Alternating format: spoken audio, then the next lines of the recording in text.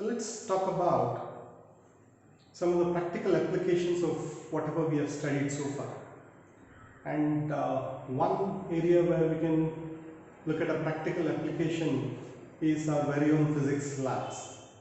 One of the common instruments that you find there is the galvanometer. So you might have come across galvanometers already. So a galvanometer is a very sensitive instrument that can detect currents which are as small as microamperes. So galvanometers are used to detect currents as well as measure them. So how do galvanometers work? One of the common design principles used for designing galvanometers is to make use of a moving coil placed within a steady magnetic field. So let's see how that works. So here we have two views that are presented. One is a side view, the other happens to be a top view of the same design. So you'll understand why we call this a moving coil galvanometer as we go through the motions. So here we actually have a simple rectangular coil of copper wire or any other suitable piece of wire, the ends of which are suspended or allowed to pivot. They are allowed to pivot at two ends, and at one of the ends it's also attached to a spring that prevents the coil from making complete loops. It restores the coil back to its original position.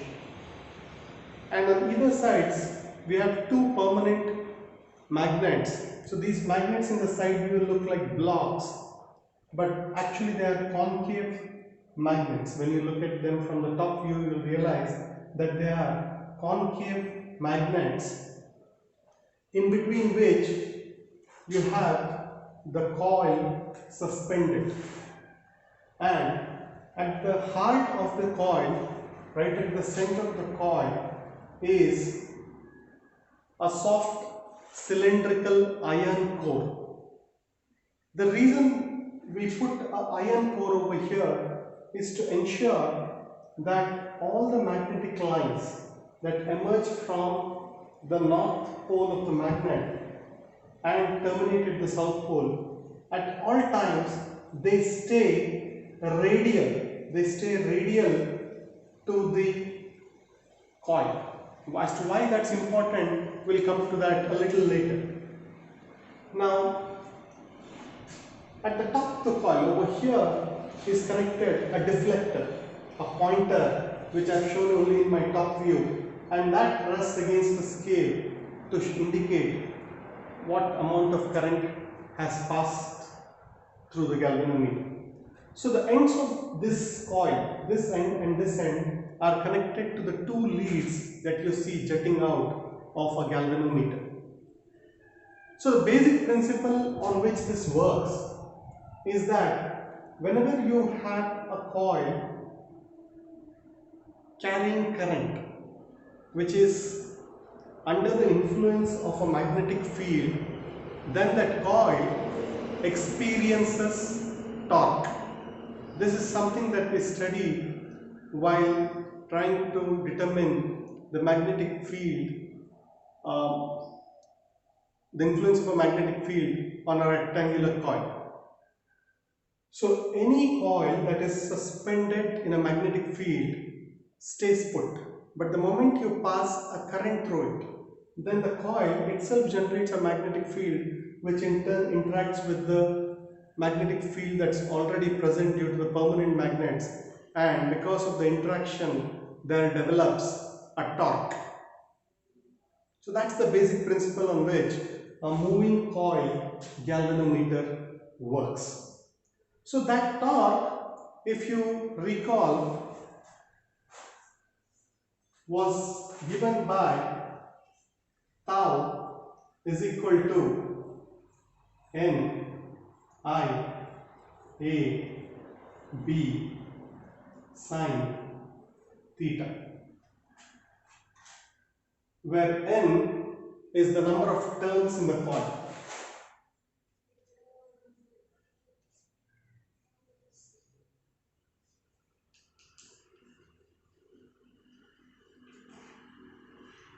I is the current flowing through the coil, or the current that the galvanometer wants to measure. A stood for the area of the coil. It was this area, and that's indicated, it's actually a vector form.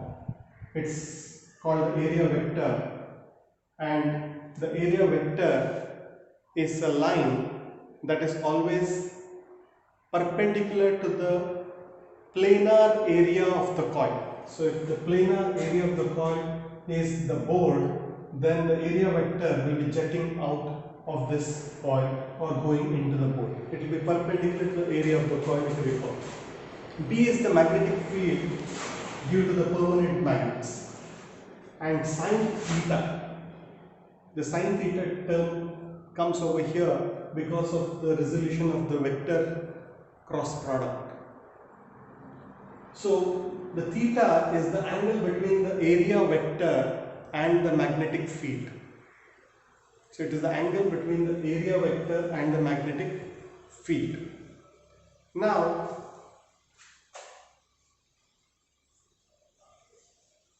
so let me complete writing the terminologies.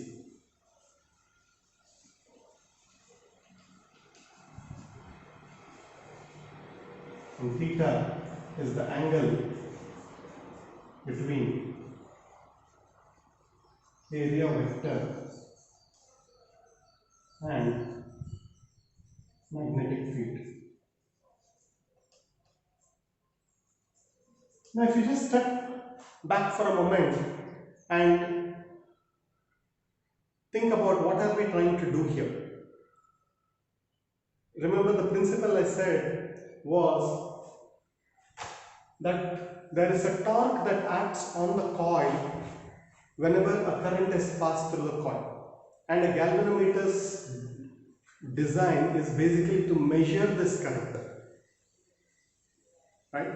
So we should somehow be able to relate the torque being produced whenever a current is passing through a coil. We should resolve that into the amount of deflection that it shows on a scale. So that's the basic problem that we are trying to solve over here. So number of turns is constant for a given galvanometer. We can set it at a particular number. Area vector is constant because once the coil is designed, it has a particular area vector times same. B is also permanent because these permanent magnets don't get changed. Theta changes depending on how this particular coil is or what position it is with respect to the magnetic field.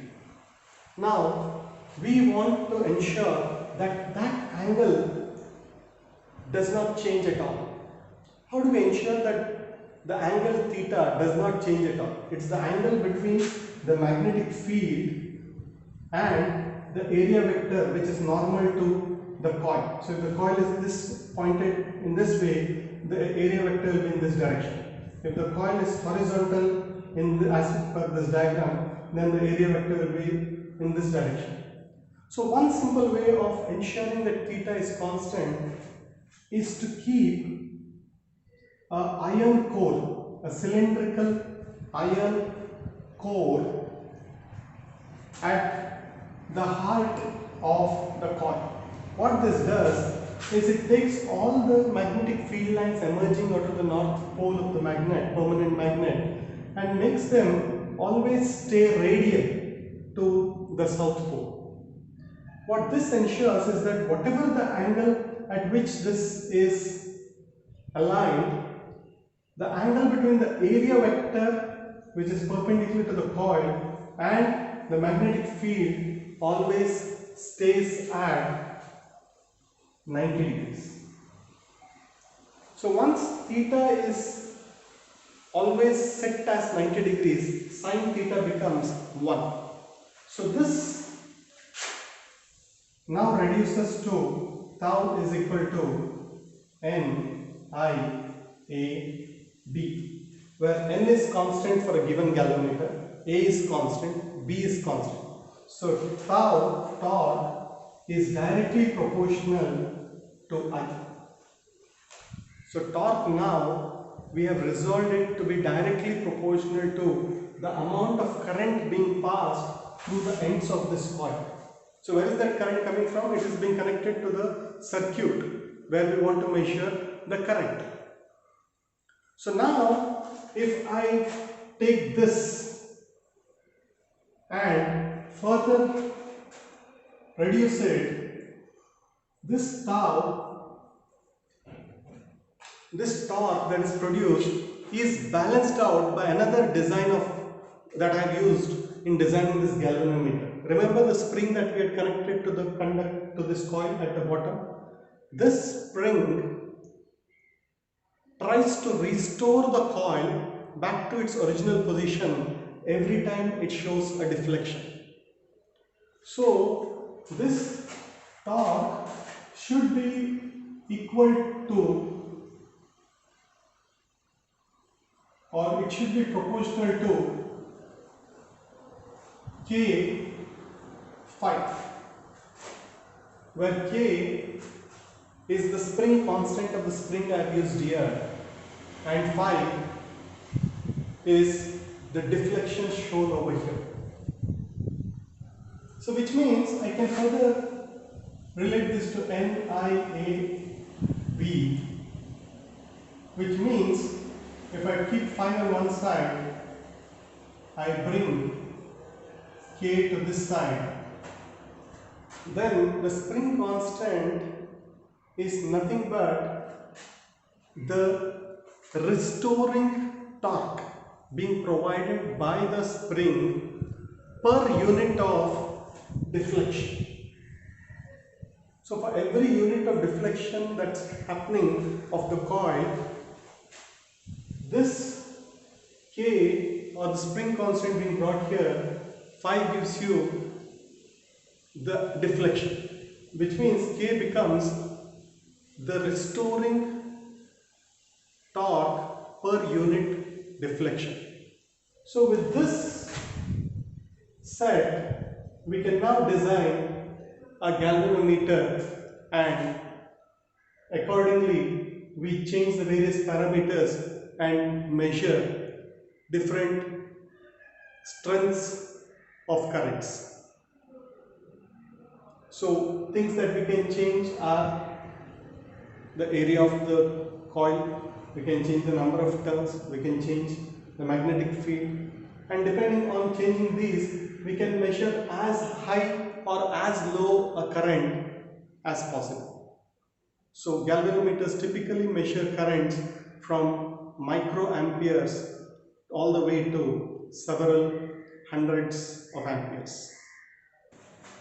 So let's see how this moving coil galvanometer can be used to measure currents and can also be modified to measure voltages, or it can be used as a voltmeter. So it can be used as an ammeter as well as a voltmeter. Now, to use a galvanometer as an ammeter to measure the current in a circuit, we typically connect ammeters in series with the circuit. Now, when an ammeter is connected in series, one of the key criteria of any measuring instrument is that the measuring instrument itself should not result in a change in the value of the quantity being measured. So that's a basic principle for any measuring instrument. The measuring instrument itself should not induce a change in the quantity that is being measured. So now when we connect the galvanometer in series as an ammeter to measure an electric current in the circuit, the problem is the galvanometer has its own internal resistance, which we'll call as capital R, which can be quite sizable. So when there is internal resistance R, then a significant amount of current passes through this resistance, and hence there is a voltage drop, and that results in the change in the net current that's flowing in the circuit. So in trying to measure the current, our galvanometer ends up changing the quantity of current that's flowing in the circuit. That should not happen. So to avoid that, what is typically done is galvanometers, when being converted to ammeters, they are also given a very small resistance called the shunt resistance. This small r is specifically termed as shunt resistance. So shunt is an English word that signifies an alternative path for anything. Here in this case, it's electricity. So this small resistance is such that our galvanometer resistance Rg, or in this case I have taken it as R, capital R, is much greater than the shunt resistance small r.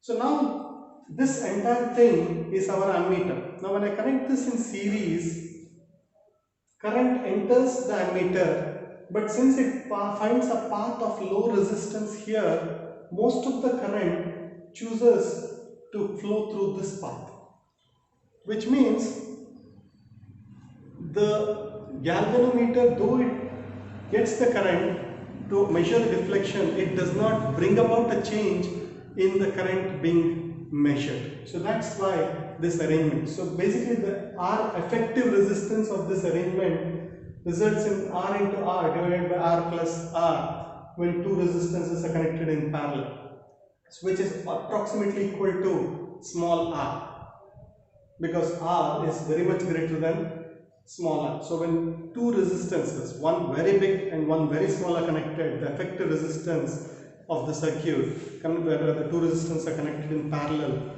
is closer to the smaller resistance. So it's approximately equal to R. Now we go back to the formula that we derived for the moving coil galvanometer, which was the deflection being equal to NIBA divided by the reverse torque being applied by the spring.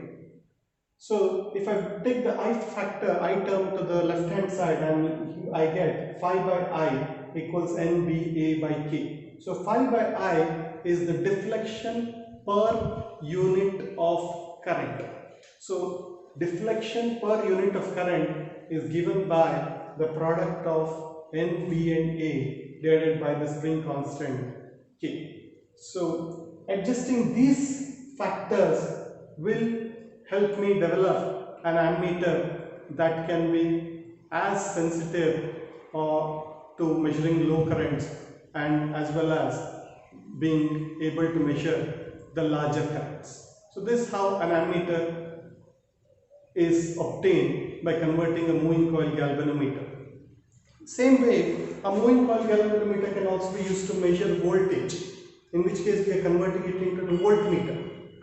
Now in a voltmeter, you might again recall, we are measuring the potential across 2 points.